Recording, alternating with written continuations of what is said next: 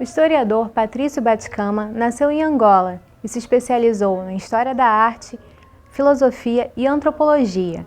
Atualmente é diretor do Centro de Estudos e Investigação Científica no Instituto Tocoísta, na Angola. Entre seus livros está a trilogia do Reino do Congo. Nesta semana, ele veio ao Brasil para ministrar um curso da História da África na UERJ, deu uma palestra na PUC-Rio sobre o seu último livro e aceitou o convite para a nossa conversa. Muito obrigada por essa oportunidade, professor. Como surgiu o seu interesse pela história do Congo? Muito obrigado pela pergunta. Na verdade, este trabalho sobre a origem do Reino do Congo parte de um trabalho de fim do curso para a obtenção do grau de licenciado. Depois segui em frente com o mestrado, com o mesmo tema, e tive que fazer trabalho de campo e havia necessidade no meu país, Angola, para elevar Mbanza Congo como patrimônio da humanidade. Daí o banco BPC apoiou na publicação e consegui fazer mais pesquisas e contribuímos para que Mbanza Congo fosse avançado como patrimônio da humanidade. O livro, conforme acabei de dizer, nasce no âmbito acadêmico, mas depois ganha outro rumo, o rumo de pesquisa de campo para dignificar o que é o patrimônio da humanidade que temos como Mbanza Congo. Em breve é essa breve história de como surgiu esse livro sobre o Reino do Congo. E como se formou o Reino do Congo e que relação que ele tem com a Angola? Olha, nós quando falamos do Reino do Congo, é ter em conta que o Reino do Congo terá sido fundado já no século VIII, ou século IX da nossa era. Na altura, nem Angola, nem Congo Brazzaville, Congo Kinshasa, Gabão, nem sequer existia. E esse reino fundou-se na base de 144 tribos. Esses tribos, hoje em dia, podemos encontrar uma grande parte no sul da Angola, outra parte na Zâmbia e Congo Democrático, e a última parte podemos encontrar no Congo Brazzaville e no Gabão. Esses povos, na imigração banto, surgiu no espaço que nós hoje em dia chamamos Angola, no centro, no Zaire, na província do Zaire. É ali que eles edificaram a província que chamamos Mbanza Congo.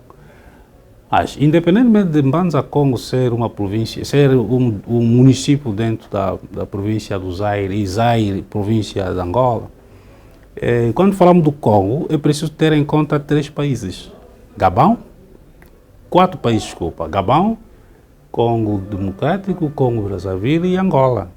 Mas o local sagrado, que foi a capital do Reino do Congo, nós encontramos ele em Angola. A relação que há entre o Reino do Congo e Angola, eu posso dizer que o Reino do Congo, quando foi fundado no século VIII, IX, não existia Angola nem outros países. Esse reino conseguiu lutar para a sua integridade territorial, porque depois da depois do Diogo Cao ter embarcado em Angola, no antigo Reino do Congo, o que acontece é que iniciou uma relação entre Portugal e a Europa com a África Central Ocidental. E essa relação evoluiu para a escravidão. Milhares dos angolanos, milhares dos congos saíram do país dele para o Brasil. E não só para o Brasil, mas para demais países. De maneira que em 1885, com a Conferência de Berlim, a África foi dividida. O espaço que pertencia aos Bakongo, o Reino do Congo, foi também dividido, repartido entre Angola, Congo Brazzaville, Congo Democrático e Gabão. Essa é a relação que há. O povo do antigo Reino do Congo integra ao Estado angolano, integra o Estado congolês Brazzaville, congolês Kinshasa e Gabão. Essa é a relação que há. é que com Angola tem no seu mosaico sociocultural um povo que é oriundo do antigo Reino do Congo. Professor, quais são as suas fontes de pesquisa? Bom, essa é a pergunta interessante. Para se falar do Reino do Congo, a Europa tem as fontes escritas de grande importância, desde Portugal, Espanha, Itália, Vaticano. Tem arquivos que datam do século XV, século XVI, XVI, XVIII, até XIX. Já no século XIX entra a Inglaterra, Suécia, Finlândia, que também conseguiram ter alguns documentos. Eu conheço, não é na maioria, mas eu acho que eu conheço mais de 70% dessas fontes, que eu consultei mesmo essas fontes. São as fontes que são citadas em vários autores. Eu consultei mesmo, eu gastei a minha juventude, os meus salários só para viajar e conhecer essas fontes. Mas eu fiquei insatisfeito com essas fontes, porque apresentavam uma visão de fora. E eu fui treinado para escrever uma história local.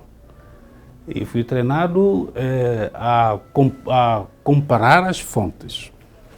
Significa dizer, eu tive que localizar onde, em Angola, no Congo Democrático, no Congo Brazzaville, até Gabão, onde posso encontrar detentores da história oral. Fiz o recolhe de toda essa história oral, depois tive que analisar, porque a análise das fontes dos arquivos é diferente da análise da fonte oral. Tive que analisar as fontes escritas, depois analisar as fontes orais. Depois dos resultados encontrados, tive que comparar. Ao comparar os resultados, optei a apresentar uma síntese que resultou na publicação de 3 volumes, o primeiro volume com 360 páginas, o segundo volume com 348 páginas e o último volume com 360 páginas também.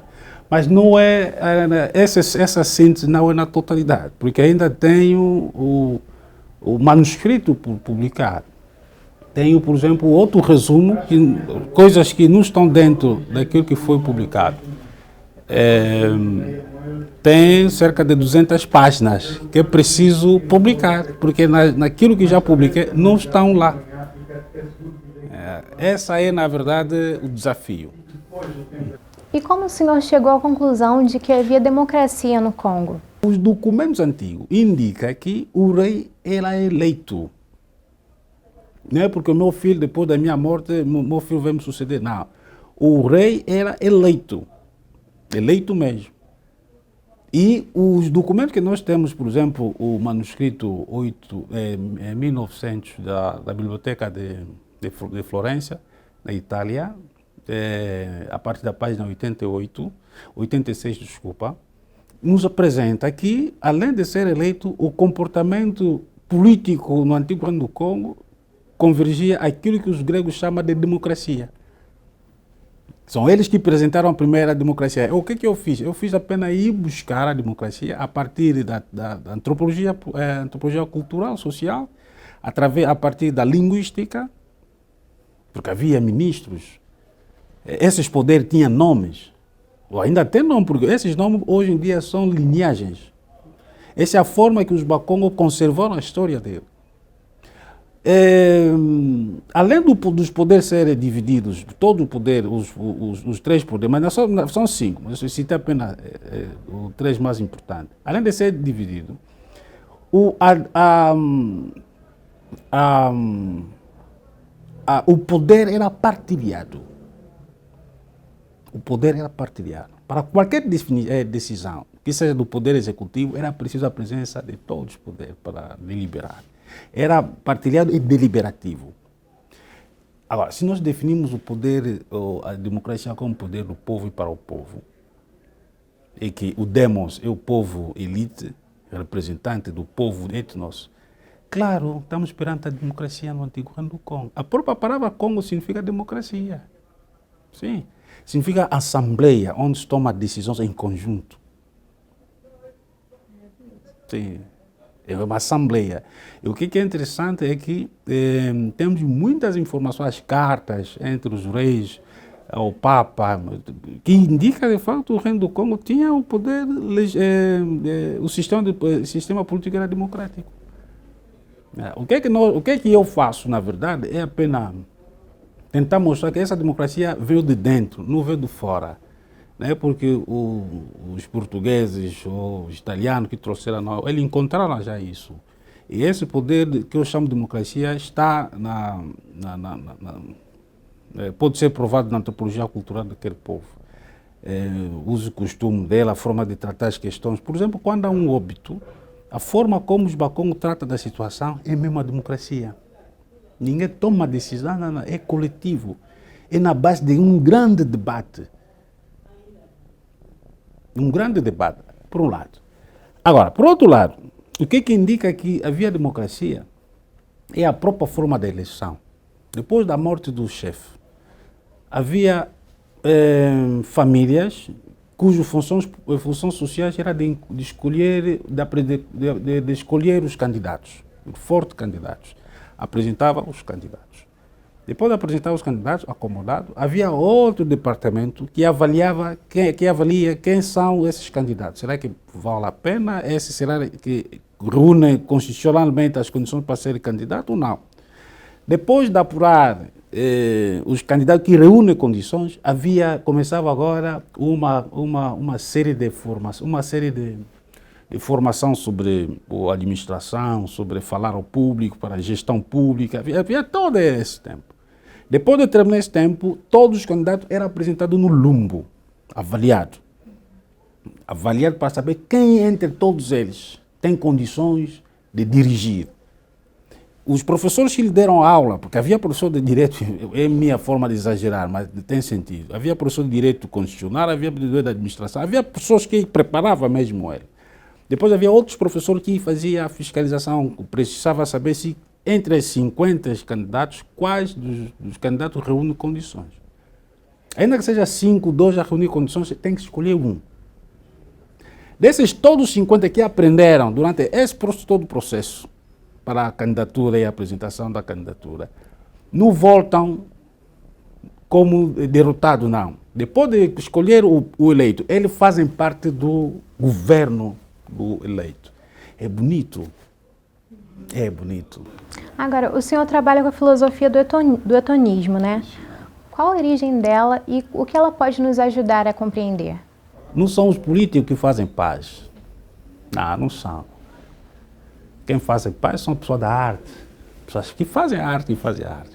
A arte da cultura. Depois da guerra, o povo angolano tinha um espírito de guerra, tinha uma cultura de guerra. Mas depois de paz, não significa dizer automaticamente passa a ter o espírito de paz. Não, era um processo. Daí o etonismo, que Antônio Tomás Ana, um conceituado artista angolano, trabalha na pintura e na escultura. Desde 2004, eu tenho trabalhado com os artistas angolanos, mas especificamente na obra dele. Eu vejo que a visão dele ao fazer arte, porque ele foi militar, e ele viu a guerra. Ele sabe ele conhece o que é a cultura de guerra. Ele quer transformar essa cultura de guerra para a cultura de paz. Então ele começou a trabalhar nessa perspectiva de uma arte que traz o diálogo. Eu, ao estudar cientificamente a obra dele, eu percebi-me que ele falava de uma razão tolerante. Que Angola, depois da guerra, havia necessidade de optar uma razão, não é uma razão lógica, categórica, cartesiana, não. Havia necessidade de optar uma razão que tolera o que aconteceu, para em conjunto construir um espaço comum. É ali que o meu estudo na base das obras deles surtiu o etonismo, que é na verdade uma filosofia da arte sobre a razão tolerante. Eu escrevo 6, eu vejo 6, você do outro lado vê 9, não é? Quem entre nós tem razão? Acho que a razão aqui não existe. Existe uma razão tolerante. Você percebe por que eu vejo 6. Eu percebo por que você vê novo. E essa razão sentimental, para compreensão, é essa que é a razão tolerante que ele bota nas suas obras artísticas. Incrível. Professor, no Brasil o ensino da história da África é obrigatório desde 2003, mas a gente vê que isso não é muito bem implantado por falta de material e da formação mesmo dos professores. Como que a sua obra poderia contribuir para a gente conhecer melhor a história do continente africano e a sua relação com a própria formação do Brasil? Bom, eu acho que o Brasil, eu tenho dito que o Brasil é um espaço social que dá esperança para o futuro das nações. Não estou a falar dos espaços políticos. E na base disso, acho que a história é importante. E devo parabenizar a posição do Estado brasileiro optar em incluir no currículo a história da África e a história do afrodescendente. Eu acho que a visão hoje de escrevermos a história, depois de passar por várias vezes a história na escola dos anais, a própria historiografia, eu acho que o Brasil deu uma resposta em relação à imposição da história universal.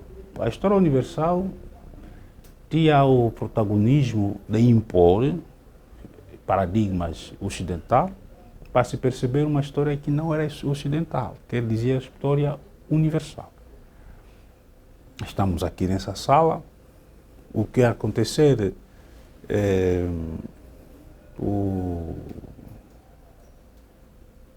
a sua atrás, eu consigo ver, você não consegue ver. E idem, o que acontecer a mim atrás. O que acontece? Acontece que a história é um diálogo, é a forma de perceber os acontecimentos e dialogar.